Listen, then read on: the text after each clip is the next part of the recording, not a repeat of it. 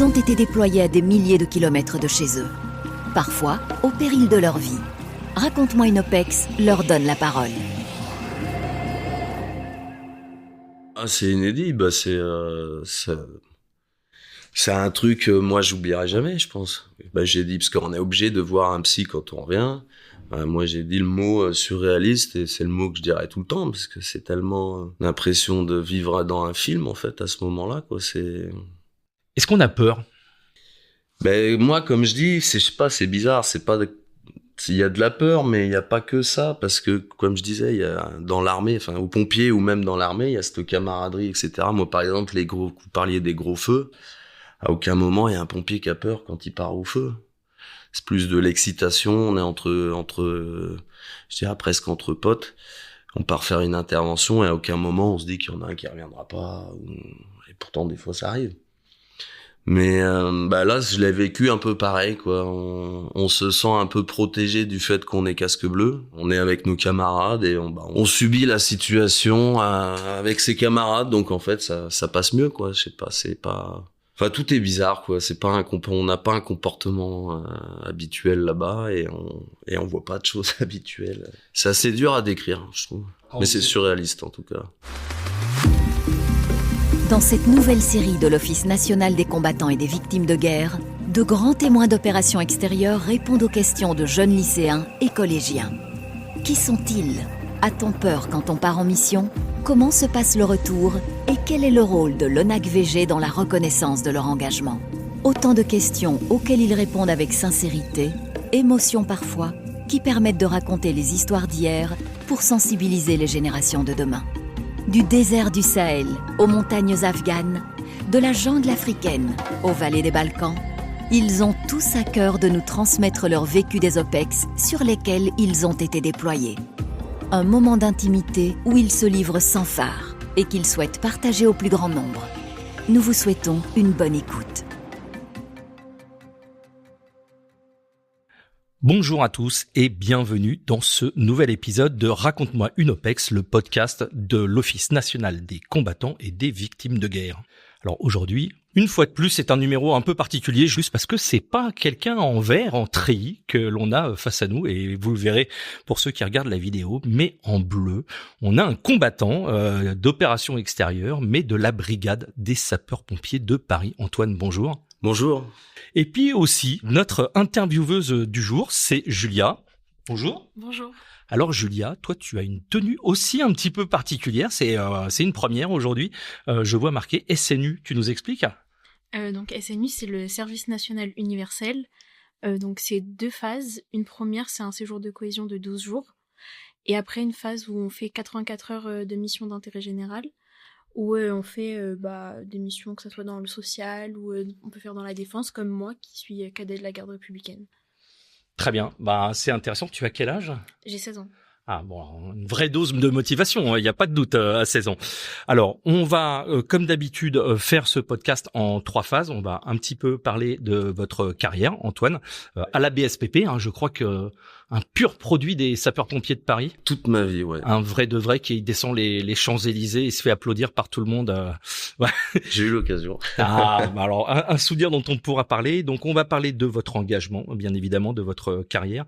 On va parler des opérations extérieures, puisque les pompiers de Paris partent en opération extérieure. Et vous avez vécu, on en parlera un petit peu plus tard, un moment assez, on va dire, fort d'opération extérieure. Je laisse le teasing, je laisse le suspense, il faut écouter un petit peu plus loin.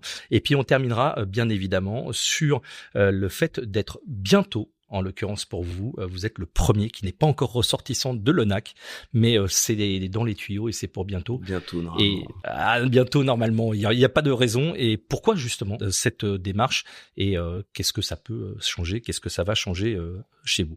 Je vais donc maintenant laisser, après cette longue diatribe, la parole à Julia. Julia, je te laisse poser la première question. Donc Antoine, vous êtes caporal-chef à la BSPP, donc forcément militaire, mais votre vocation de pompier a commencé très tôt. Pouvez-vous nous parler un peu de vos débuts dans cette profession ? Ben oui, en fait, c'est assez simple. J'avais 10 ans, donc j'étais très très jeune. Et moi, mon vœu, c'était d'être super-héros. Et à ce moment-là, en fait, dans la classe en CM2, ma prof est venue avec un pompier de Cluny, là où j'habitais à l'époque, en expliquant qu'il montait une école de jeunes sapeurs-pompiers. Donc moi, j'ai vu le petit côté uniforme tout de suite, et puis j'ai testé, et puis j'ai accroché direct. Voilà, c'est du sport, c'était même les missions du métier de pompier, tout ça, ça m'a attiré rapidement, et puis j'ai cultivé tout ça jusqu'à aujourd'hui, en passant par les pompiers volontaires avant, la brigade, et puis la brigade derrière. Alors, oui, juste je fais une petite précision parce qu'en fait les gens connaissent les pompiers dans les différentes régions, mais il existe deux entités qui sont des militaires. Donc à la brigade des sapeurs-pompiers de Paris, vous faites partie de l'armée de terre, c'est C'est bien ça, ça, du génie même. de l'arme du génie, ouais, c'est ça. On a d'ailleurs interviewé des sapeurs les marins-pompiers de Marseille, La marine, ouais. ouais, qui eux sont de la marine nationale, et les autres pompiers sont soit des pompiers C'est des professionnels. fonctionnaires, en fait, des fonctionnaires territoriales, en fait. Donc, ils sont aux 35 heures, et nous, on est au régime militaire, donc il n'y a pas de minimum d'heures, j'ai envie de dire. Ça joue sur la disponibilité et les missions, notamment les OPEX, par exemple. Pouvez-vous nous expliquer comment se passe cette formation initiale à l'école des JSP de Cluny? Eh bien, en fait, c'est vraiment la découverte du métier de pompier, donc avec un petit peu les descriptions de tous les matériels qu'on peut utiliser, donc soit incendie, opérations diverses, donc fuite d'eau, sauvetage d'animaux, secourisme pour les personnes, assistance à personnes, et puis du sport. Et donc, on s'exerce à commencer les manœuvres du métier pour éteindre les feux, le secourisme. Et puis voilà, on évolue comme ça jusqu'à obtenir l'âge de rentrer chez les pompiers volontaires, où là, on peut commencer de partir en intervention. Oui, alors les JSP, c'est bien les jeunes sapeurs-pompiers, hein. Il y en a partout en France. C'est ça, sauf à Paris, où pour le coup, c'est des cadets, comme vous. Et c'est à partir de quel âge les JSP? Alors, JSP en province, c'est à partir de 11 ans. Ah oui, c'est très jeune. Très très jeune. Alors, il n'y a pas d'intervention, hein, mais... Et les cadets à la brigade, je crois que c'est 16 ans aussi, il me semble. Toujours sans intervention. Sans intervention, voilà. Mais qui avec derrière, l'idée, c'est de former des futurs pompiers de Paris. Donc, tous ne rentrent pas après la brigade, mais ça a vocation de recruter facilement par ce biais. Oh, ça fait toujours fantasmer les pompiers, enfin les jeunes. Qui n'a pas voulu être pompier? Je te laisse continuer, Julia. Je pense une question que tout le monde se pose. Qu'est-ce qui pousse un jeune de 16 ans à endosser une tenue de pompier et à s'engager dans le SDIS d'une petite ville de Saône-et-Loire? Quelle est la place des études à ce moment-là? Ah bah moi clairement, hein, je vais pas mentir, plus j'ai été pompier, plus je m'en foutais des études. Ça le mérite d'être clair. Non, mais alors justement là, si je devais conseiller à tous les jeunes qui veulent s'engager, c'est de faire des études, parce qu'on sait jamais ce qui peut se passer dans la carrière. Moi j'ai eu de la chance, elle s'est bien déroulée, mais on n'est pas à l'abri d'être blessé et puis de ne pas pouvoir continuer notre carrière. Moi, en l'occurrence, j'ai pas fait d'études. Mon but, vraiment, c'était, à partir du moment où je suis entré pompier volontaire à 16 ans, c'était de m'engager dans les pompiers de Paris, parce que quand on regardait les reportages, voilà, c'est décrit comme l'élite des pompiers. Ça fait partie des élites des pompiers dans le monde, et je pense que c'est vrai. Donc, du coup, voilà, moi, mon but, c'était vraiment de rentrer le plus vite possible pour faire ma carrière. Qu'a pensé votre entourage de cet engagement? Bah, mon entourage a toujours été fier de ça, et de toute façon, j'ai des parents qui nous ont, que ce soit moi et mes frères, nous ont toujours engagés dans la voie qu'on choisissait. Donc j'ai pas, voilà, ça a suscité de la fierté surtout, et puis de l'encouragement dans cette voie. De toute façon, en tant que JSP, déjà il s'y attendait. Enfin, Oui, c'était plus ou moins la carrière tracé, commençait à se tracer petit à petit, non? Ouais, c'était. Bah, ils ont tout de suite vu que ça me plaisait, puis moi, c'était hors de question que je fasse autre chose, quoi. Racontez-nous un peu la suite avec les tests et l'entrée à la BSPP.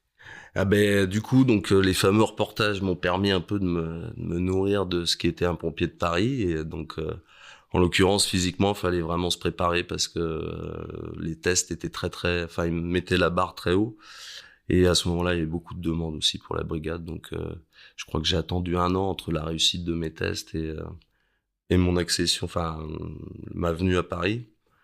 Des tests très sportifs, les tests psychotechniques. En gros, pourquoi on dit que c'est une élite, c'est parce que le CJCOP, donc le barème physique et psychologique, est le plus élevé, comme les forces spéciales, je sais pas, il y a plusieurs corps comme ça dans l'armée de terre, où il faut avoir les notes au maximum, que ce soit en course à pied, en traction. Donc je sais pas quels sont les barèmes à l'heure actuelle, mais Comment ils se passent les tests? C'est sur combien de jours? c'est 3 jours. Je crois que ça s'appelle les CIO de mémoire, enfin, des centres de recrutement de l'armée en fait, qui sont zonaux. Il y en a pour l'est, l'ouest, le nord, le sud, le centre de la France. Moi, j'étais à Nancy, dans l'est. Et c'est 3 jours avec des tests psychotechniques, une expertise médicale, donc la vue, l'ouïe. Faut pas de problème de santé, faut pas être allergique. Puis les tests sportifs, voilà. Donc moi je savais à quoi m'attendre, donc je m'étais préparé vraiment pendant. Mon père m'avait installé une barre à traction dans le garage. Je faisais mes footings tous les soirs. Enfin voilà quoi, fallait se préparer. Il y en avait d'autres de toute façon qui se préparaient chez vous, chez les JSP ou pas pompiers volontaires qui se préparaient pour la BSPP. Est-ce qu'il y a eu Non, je crois. Enfin moi à mon époque j'étais le seul, on va dire dans le district. À vouloir partir à la brigade. Après, bon, moi, je viens d'un petit département, donc on était déjà très peu nombreux dans les casernes, qui étaient surtout occupés par les vignerons, qui étaient pompiers volontaires. Mais non, il n'y a pas de candidats. C'est combien de temps après pour avoir les résultats des tests? Ben, ça dépend un peu du flux de recrutement, en fait. Si la brigade est un peu déficitaire de personnel, les recrutements vont être accélérés. Et s'il y a beaucoup de demandes et que les effectifs sont complets, ben ça va être forcément plus lent. Mais pour vous, par exemple, ça a mis combien de temps? Moi, ça a mis une année. Ah oui, c'est long. Il y avait beaucoup de candidats à l'époque pour la brigade. C'est super long comme attente, c'est l'angoisse. C'est long. Bon, après, moi, j'ai fait ça, j'avais 17 ans, donc de toute façon, j'étais même pas majeur quand j'ai fait mes tests. En gros, j'ai su que je montais à la brigade, j'allais avoir 19 ans 2 mois après, quoi. Alors, j'aime bien ces petits moments, moi, ils m'intéressent. On reçoit un courrier, un coup de téléphone. C'est un courrier, ouais, c'est un courrier. On voit la lettre avec marqué Brigade des sapeurs-pompiers. Exactement. On est dans quel esprit, dans quel état d'esprit quand on l'ouvre? Ah bah moi j'avais atteint le Graal. Enfin c'était déjà une Vous première saviez étape. pas au moment où la lettre arrivait là, c'était peut-être un refus. Oui, ça aurait pu être un refus, ouais, parce que de toute façon quoi qu'il en soit, ça vient par courrier la réponse. Mais non, bah j'étais excité à l'idée d'ouvrir cette lettre et puis. Bon, après, c'était assez simple. Vous êtes attendu au Fort de Villeneuve-Saint-Georges, telle date. C'est plus là que l'angoisse arrive, quoi. On savait pas trop à quelle sauce on allait être mangé. Mais non, bah après, grosse fierté, quoi. Puis après, il y avait cette fameuse histoire de passer la voûte de Villeneuve. On appelait ça la voûte parce que l'entrée du fort, en fait, a une voûte mythique. Où en fait, ça fait, je sais pas moi, 200 ans que les pompiers de Paris étaient formés là-bas. Grosse fierté. Une fois devenu pompier de Paris, quel a été votre parcours professionnel et les différentes spécialités occupées au sein de cette unité? Ben, spécialité, en fait, les pompiers, où on est un pompier de base, on va dire, c'est-à-dire qu'on est polyvalent, on fait du secourisme, de l'incendie, etc. Ou alors, effectivement, après, au bout d'un certain nombre d'années de service, en général 4 ans ou 6 ans, on peut se spécialiser dans un domaine de compétences. Donc, chez nous, il y a les plongeurs, il y a le grimpe, tout ce qui est intervention en milieu périlleux ou en excavation. Il y a tout ce qui est NRBC, nucléaire, radiologique, biologique, chimique. Il y a les maîtres chiens, il y a plein de spécialités. Moi, j'ai conservé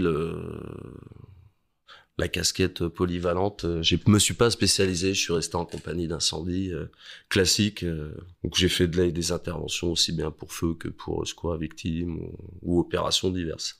C'est très dense la vie de pompier par rapport à ce que vous aviez connu avant dans votre caserne en province. Le choc, il est brutal. C'est très très dense. Bah après c'est automatique puisque en fait Paris est une ville très très dense. On est 8500 pompiers, sauf que bah c'est une armée de métier, donc il y a je crois que environ 4000 pompiers qui partent sur intervention. Donc en fait au prorata d'un arrondissement, je sais pas moi c'est un pompier pour je ne sais combien de personnes.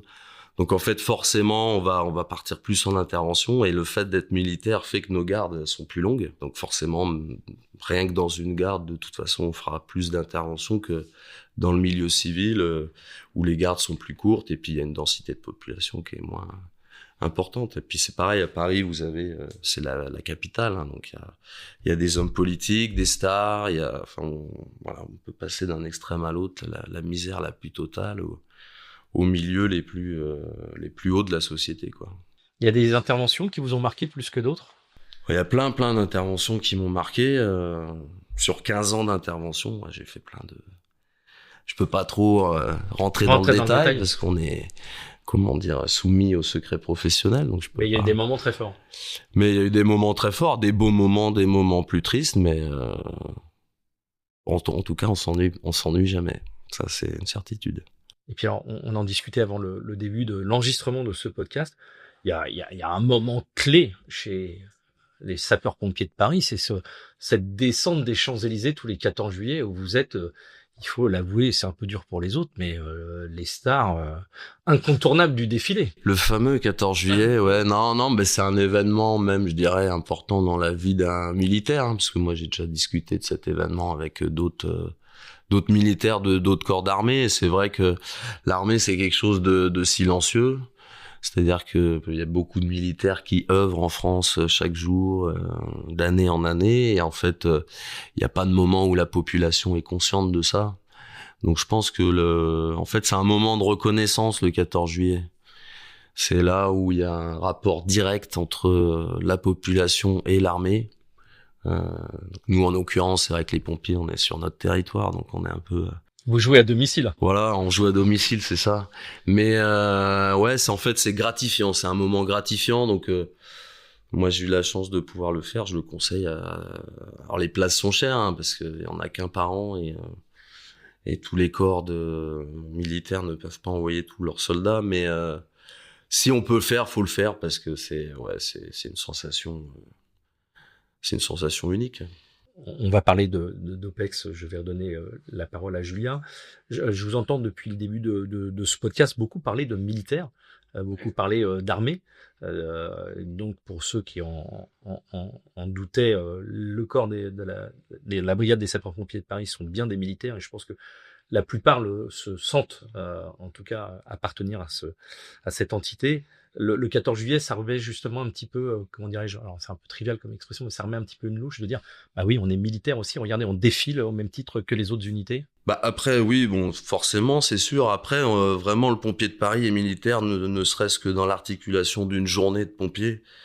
Moi, justement, pour avoir été en OPEX avec des militaires de la Verte, en fait, ça, c'est exactement pareil. C'est un rassemblement le matin, c'est des travaux d'intérêt généraux pour l'entretien du casernement, c'est des missions dispatchées par le commandement. Voilà, la seule différence, c'est que nous, en priorité, on n'a pas d'armes et les missions sont de portée assistance. Mais après, c'est exactement la même rythme de journée. On va dire, c'est plus les missions qui vont différer. D'ailleurs, quand on regarde les reportages sur la brigade des sapeurs-pompiers de Paris, il y a beaucoup de termes qui sont très militaires. On attaque le feu. Ouais, bah de toute façon, comme je disais tout à l'heure, c'est historique. Hein, la brigade des pompiers de Paris a été créée par Napoléon.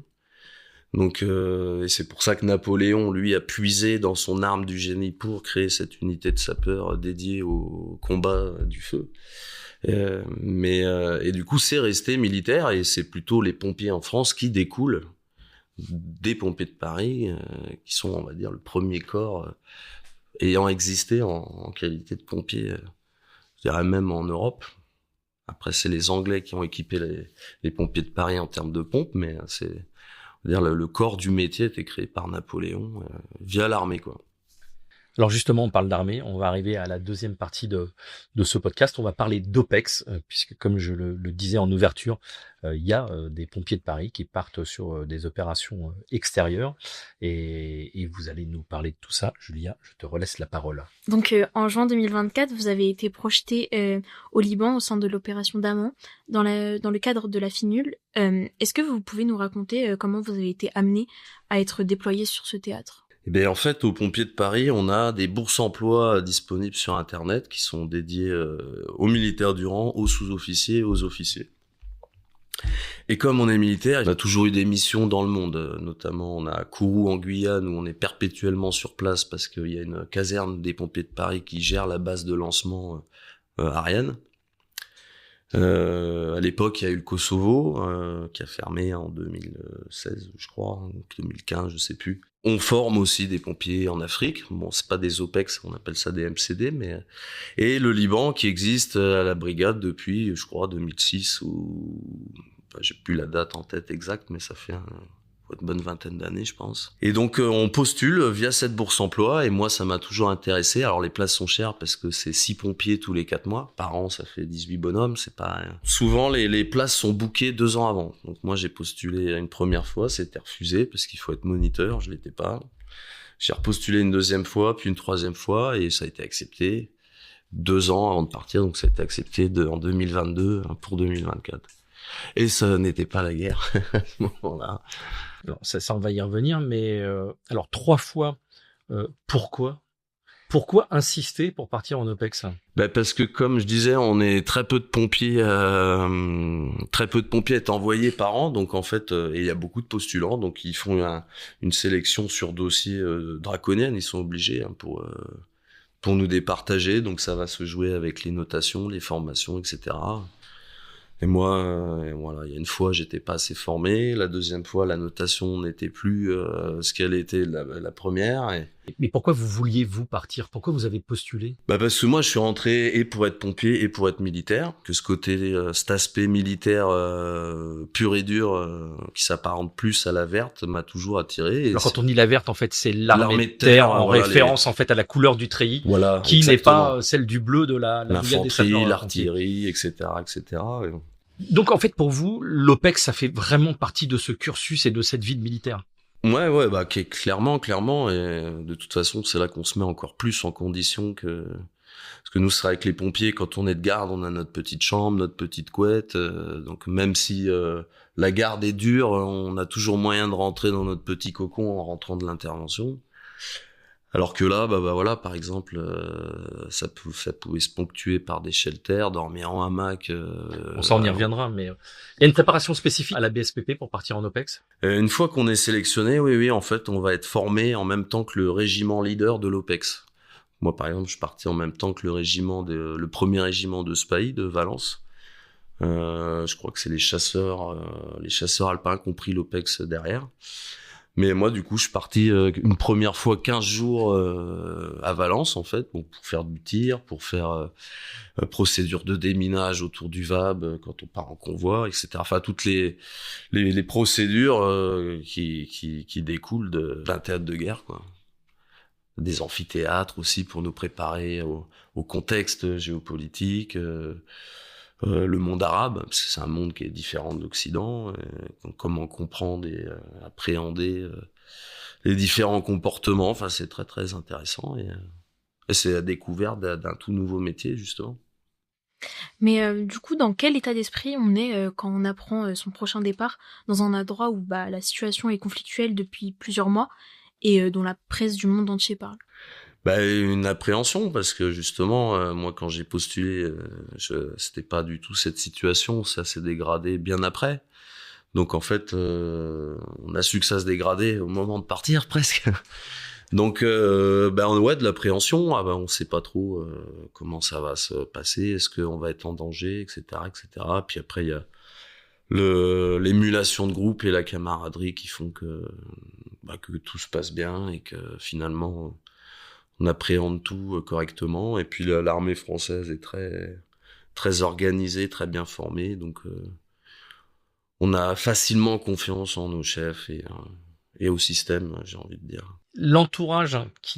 Votre entourage qui vous a connu pompier, métier au demeurant quand même dangereux, hein. Il y a des blessés, des morts, hélas. Mais là, vous partez clairement dans une zone qui est, comme le disait Julie à l'instant, le centre des attentions géopolitiques. C'est la guerre, clairement, depuis plusieurs mois. Quand vous leur dites que vous partez au Liban, vous, sapeurs-pompiers, ils vous disent quoi? Ils vous disent mais n'importe quoi, t'es fou, quoi. Moi, clairement, ils ont eu peur, hein. Ils m'ont même demandé si je pouvais annuler, décommander. J'aurais fait comprendre que non, c'était pas possible.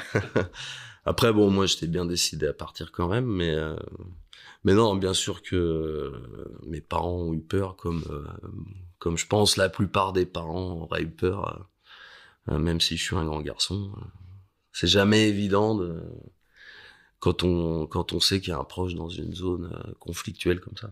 Quel a été votre rôle au sein des casques bleus sur place? Notre rôle premier aux pompiers là-bas, ça va être déjà la sécurité incendie des emprises de la FINUL, donc le camp de Derkifa en priorité, voire les autres bases de l'ONU, parce qu'il y a toutes les nations, enfin un certain nombre de nations qui sont représentées dans différents camps. Tous ne sont pas équipés de moyens incendie adéquats et tous n'ont pas de pompiers professionnels. Donc ça, c'est, on va dire, la mission première. La deuxième grosse mission, ça va être la formation, donc ou des militaires sur place, ou des Libanais, donc beaucoup d'échanges avec les pompiers libanais notamment, qui ont malheureusement très peu de moyens, donc ils sont très compétents, mais qui ont très peu de moyens, donc on fait beaucoup d'échanges avec eux dans ce cadre. Et là, on va dire la troisième casquette qu'on met, c'est celle vraiment de soldat, pour les besoins du camp, si on est sollicité par le commandement.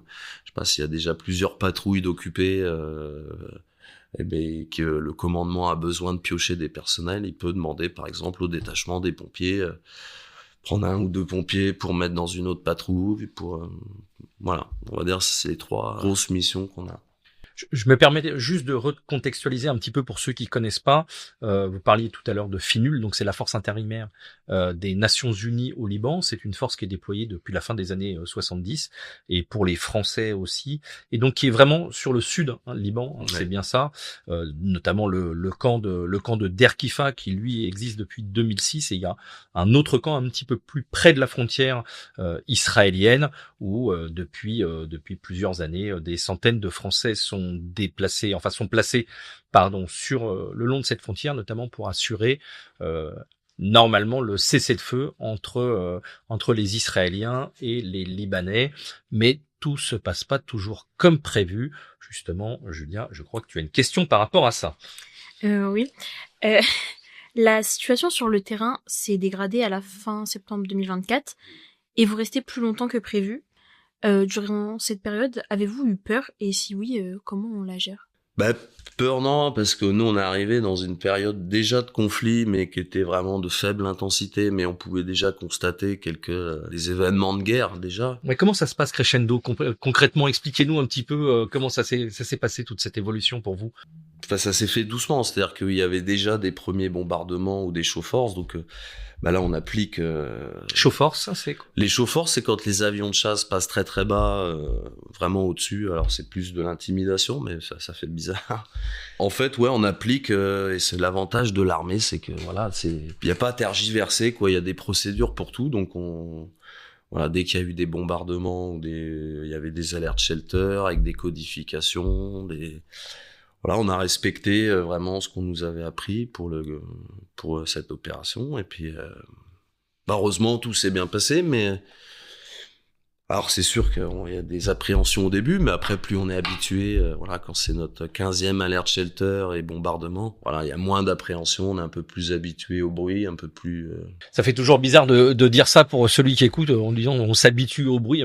Moi j'ai une question, c'est que donc vous êtes déployé, la situation était déjà tendue, mais elle a évolué en fait au fur et à mesure des jours et des semaines où vous étiez sur place. Ça veut dire quoi concrètement? Les bombardements se rapprochaient du camp, en fait c'était plus uniquement du bruit, mais Exactement. ça vibrait, ça tombait à côté. En gros, les bombardements voilà, se rapprochaient et puis se sont intensifiés aussi. C'est-à-dire qu'on est passé de quelques frappes journalières à beaucoup de frappes sur 24 heures. Jour et nuit, ça tombait. Vous pouviez être dans votre chambre et tout tombe parce qu'il y a une bombe qui tombe à côté. La première fois que ça tombe, parce que normalement, quand on est sapeur-pompier de Paris, il y a peu de bombardements quand même. Alors, il peut y avoir des situations extrêmement critiques à Paris, notamment avec sur des interventions de feu. Mais bon, des roquettes qui tombent, c'est pas habituel. Ça fait quoi la première fois? Ah, c'est inédit. C'est un truc, moi, j'oublierai jamais, je pense. J'ai dit, parce qu'on est obligé de voir un psy quand on revient. Moi, j'ai dit le mot surréaliste, et c'est le mot que je dirais tout le temps, parce que c'est tellement l'impression de vivre dans un film, en fait, à ce moment-là, quoi. Est-ce qu'on a peur? Moi, comme je dis, je sais pas, c'est bizarre, il y a de la peur, mais il n'y a pas que ça, parce que, comme je disais, il y a dans l'armée, enfin, aux pompiers ou même dans l'armée, il y a cette camaraderie, etc. Moi, par exemple, vous parliez des gros feux. À aucun moment, il y a un pompier qui a peur quand il part au feu. c'est plus de l'excitation. On est je dirais presque entre potes. On part faire une intervention et à aucun moment on se dit qu'il y en a un qui reviendra pas. Et pourtant des fois ça arrive. Mais là, je l'ai vécu un peu pareil, quoi. On se sent un peu protégé du fait qu'on est casque bleu. On est avec nos camarades et on subit la situation avec ses camarades. Donc en fait, ça passe mieux, quoi. Je sais pas, c'est pas. Enfin, tout est bizarre, quoi. C'est pas on n'a pas un comportement habituel là-bas et on voit pas de choses habituelles. C'est assez dur à décrire, je trouve. Mais c'est surréaliste en tout cas. Quand vous êtes parti, la situation c'était déjà passablement dégradée, c'est le moins qu'on puisse dire. Est-ce que ce que vous avez vécu là-bas, et je parle pas uniquement des bombardements, mais de la vie de militaire, de la cohésion dans ces moments difficiles, et puis de se retrouver dans un shelter pour s'abriter au moment où ça bombarde, est-ce que c'est quelque chose auquel vous attendiez et est-ce que ça vous a changé un petit peu? M'y attendre, non, pas du tout, parce que moi, les retours que j'avais de l'OPEX libanaise du côté pompier, c'était essentiellement de la formation et éventuellement quelques interventions. Mais à aucun moment, j'avais de retour de retour d'expérience similaire. Donc je m'attendais pas du tout. Et après, oui, ça a changé ma vision des choses parce que j'ai beaucoup aimé mes missions sur place. Ça m'a donné envie de retourner faire des théâtres. Et je regrette un peu de ne pas avoir fait peut-être un passage dans la Verte, du coup. Mais bientôt la retraite, hein. Dans 3 semaines. J'ai re-signé, mais je pourrais partir. Et vous faites partie, alors vous disiez qu'il y a 18 pompiers par an qui partent au Liban. Vous ferez partie de ces quelques pompiers qui auront vécu un moment extraordinaire. J'espère qu'on fera partie, parce que sinon ça veut dire que la situation ne s'arrange pas. Donc je souhaite moi surtout que pour les Libanais la situation s'arrange. Maintenant, oui, je suis content d'avoir vécu ça parce que j'oublierai jamais les gens avec qui j'ai bossé là-bas. J'oublierai jamais ce théâtre. Mais ouais, j'espère que ça s'arrangera, que la finule assurera bien un maintien de la paix plutôt que d'essayer d'obtenir un cessez-le-feu, quoi. Vous avez dit que vous oublierez jamais. Est-ce qu'il y a des souvenirs qui sont marquants de cette première OPEX? Oui, bien évidemment. Tout est marquant, hein, les bruits, les camarades, le fait de faire cuire sa nourriture n'importe où. Il y a ce côté un peu, c'est ça qui est bien aussi dans l'armée. Hein. Si des jeunes nous écoutent, c'est le côté aventurier, on va dire. Ça peut paraître bête, hein, mais c'est faire sa petite bouffe dans un coin, dormir on sait pas trop où le soir, les missions qui diffèrent constamment, c'est ultra intéressant, quoi. Il y a pas une journée pareille. Quels sont les enseignements personnels de cette expérience? Enseignement personnel, c'est d'avoir vu la violence de la guerre déjà en réel, de s'apercevoir humainement ce pouvoir de destruction qu'on est capable de mettre en place. C'était impressionnant. Et après, comme j'ai dit, l'aventure humaine, pour les échanges qu'il y a pu avoir avec, que ce soit les Libanais sur place ou mes camarades militaires, quoi. Comme j'oublierai jamais une grosse partie de mes collègues à la brigade. Combien de temps vous êtes resté sur place en tout? Alors, on devait partir pour 4 mois, parce qu'un mandat de base, c'est 4 mois. Et du coup, comme le contexte sécuritaire s'est dégradé d'un coup, au moment de partir, en fait, on n'a pas pu... on n'était pas assez en sécurité pour pouvoir partir. Donc on est resté 1 mois de plus, on a fait 5 mois au lieu de 4. Le Antoine du début de l'OPEX et le Antoine 5 mois plus tard, il a changé? Non, je dirais pas changé, il a évolué plutôt, ce serait le mot. Du fait d'avoir connu ça, j'ai un recul différent déjà sur la géopolitique. Cette sensation d'être à l'endroit dont les gens parlent, en fait de le vivre de l'intérieur, c'est ça aussi, non? Alors pas spécialement, parce que moi, comme je disais tout à l'heure, comme les pompiers, on est soumis au secret professionnel, donc même mes proches que j'appelais toutes les semaines pour assurer, je leur disais pas particulièrement ce que je pouvais faire sur place. Mais en tout cas, vous le viviez. Et on ne regardait pas la télé, donc on n'avait pas forcément les infos médiatiques qui étaient livrées sur la situation. Donc j'avoue que j'ai pas trop suivi. Puis vous êtes dedans, quoi, en fait. Vous êtes tellement dedans que vous pensez pas forcément aux informations qui transitent dans le reste du monde là, sur le théâtre. Moi, quand mes parents me demandaient comment ça allait, je disais que c'était compliqué, puis voilà, mais que tout allait bien. Alors il y a ce retour d'OPEX. Vous êtes un combattant, un militaire qui revient d'opérations extérieures. De facto, vous êtes ayant droit pour être ressortissant de l'ONAC VG. Alors on a quelques questions justement par rapport à ça, et c'est particulier sur ce podcast puisque c'est en cours. On l'a dit au début du podcast. Et c'est intéressant d'avoir justement votre témoignage par rapport à ça. À votre retour du Liban, votre chancellerie fait une demande de carte du combattant auprès de l'ONAC-VG. Comment et quand avez-vous entendu parler pour la première fois de l'office ? Je savais que les OPEX étaient gratifiés de plusieurs médailles. Maintenant, vraiment, l'ONAC VG nous en a parlé, on va dire, sur partir du mois et demi avant la fin de l'OPEX, parce que justement, c'est à ce moment-là qu'administrativement, tous les papiers sont faits par le commandement. Quand je dis tous les papiers, c'est combien de temps vous êtes resté, puisque pour être éligible au statut d'ancien combattant, c'est 120 jours. C'était 120 à l'époque, ça a baissé à 112. Donc en fait, voilà, on m'a parlé de ça vraiment après, de manière plus précise, au moment de signer le nombre d'heures, de jours, etc. Et tous les avantages qui découlent de ce statut. Vous aviez entendu parler de la carte du combattant avant ? Non, j'en ai entendu parler en même temps que... Oui, parce que justement, je crois que la brigade des sapeurs-pompiers de Paris, à part ceux qui partent en opération extérieure, puisqu'il faut partir en opération, donc vous n'êtes pas si nombreux que ça à avoir la carte du combattant. Donc vous allez bientôt la recevoir. Ça vous fait quoi de penser que vous allez appartenir à cette communauté dont certains membres ont peut-être 20 à 40 ans de plus que vous et des parcours très différents ? C'est une grosse fierté. Et moi, j'ai un profond respect depuis très jeune et encore plus aujourd'hui, maintenant que j'ai participé à une OPEX. J'ai un profond respect pour les anciens combattants qui ont pu servir dans des théâtres même pires que ça. Enfin, on parlait d'Afghanistan ou de Centrafrique tout à l'heure, ou même le Kosovo, il y a une époque. Enfin voilà, c'est des gens qui ont fait des sacrifices énormes pour leur pays et qui ont servi des causes nobles. Donc si je fais partie de ces gens-là, c'est une grosse fierté. Oui, ça doit être un petit peu particulier quand même. Alors effectivement, maintenant l'appellation d'ancien combattant n'existe plus. On parle bien des combattants. On a la carte du combattant, mais vous rentrez. Alors si je peux me permettre cette expression-là, vous rentrez dans ce club-là. Vous êtes au même titre que quelqu'un de l'Indochine, de l'Afghanistan, du Kosovo, vous êtes au même titre que lui, aujourd'hui ressortissant. Vous êtes un ancien combattant, comme on disait, vous êtes ressortissant de l'ONAC. Effectivement, alors je me mettrais pas à la même échelle que ces combattants-là, qui ont vraiment fait, comme on dit dans l'armée de terre à proprement parler, des actions de feu.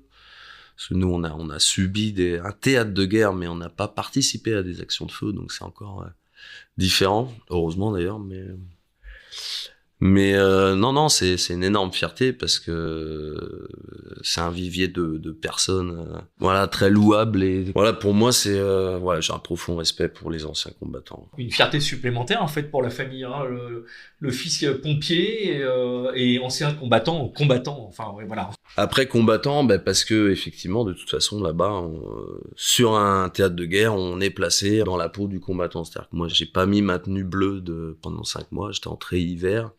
J'avais juste une étiquette DSPP pour symboliser que j'étais pompier. On est armé en permanence avec des munitions réelles. Et vous pouvez des fois tomber face à des situations où la population est hostile. Et là, on est dans la peau du combattant dans le sens où il y a des réflexes qu'on n'aurait pas eu habituellement et qu'on n'aurait peut-être même pas soupçonné avoir. Rien que penser à se défendre à ce moment-là, c'est des mécanismes un petit peu inédits, quoi.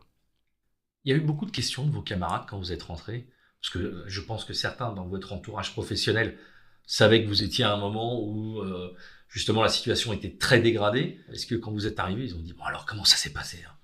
Oui, il y a eu beaucoup de questions. Et c'est normal, je pense, parce que je pense que même le commandement n'avait pas eu de pompiers dans des situations pareilles depuis la Seconde Guerre mondiale. Parce que même au Kosovo, quand les pompiers ont commencé à aller là-bas, je crois que le conflit était terminé déjà. Donc oui, il y a eu beaucoup de questions, comment on l'a vécu, etc. Il y a eu une très bonne prise en charge aussi de nos organismes, le bureau de la condition du personnel, qu'on a très bien pris en charge à notre retour. Et oui, beaucoup de questionnements, même les proches, forcément.